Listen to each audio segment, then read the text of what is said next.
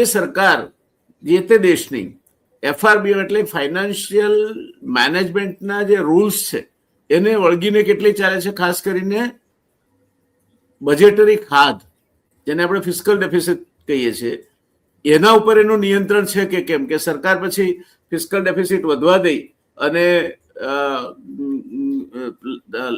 લાપોટ મારીને ગાલ રાતા રાખવાનું કામ કરે છે. આ પણ ના ચાલે. ત્રીજો છે પોલિટિકલ સ્ટેબિલિટી, કે એના જે રાજકીય નીતિઓ અને રાજકીય વહીવટ એ બંને કેટલા સદ્ધર છે અથવા તો સ્થિર છે.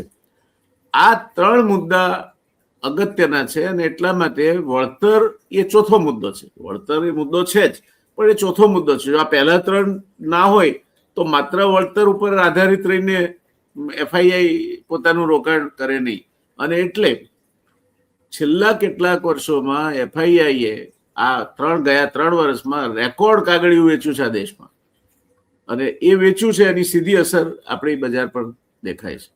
ત્યારે રવિભાઈએ જે કહ્યું તેની સાથે હું પણ સંમત થાઉં છું કે જો હોંગકોંગ પોઝિટિવ ચાલતું હોય, ચાઇના પોઝિટિવ ચાલતું હોય, નાસ્ડેક પોઝિટિવ ચાલતું હોય, બીજા દેશોના જે શેર બજારો છે તે પોઝિટિવ ચાલતા હોય, તો ભારતનું શેર બજારને એવું શું ગ્રહણ લાગ્યું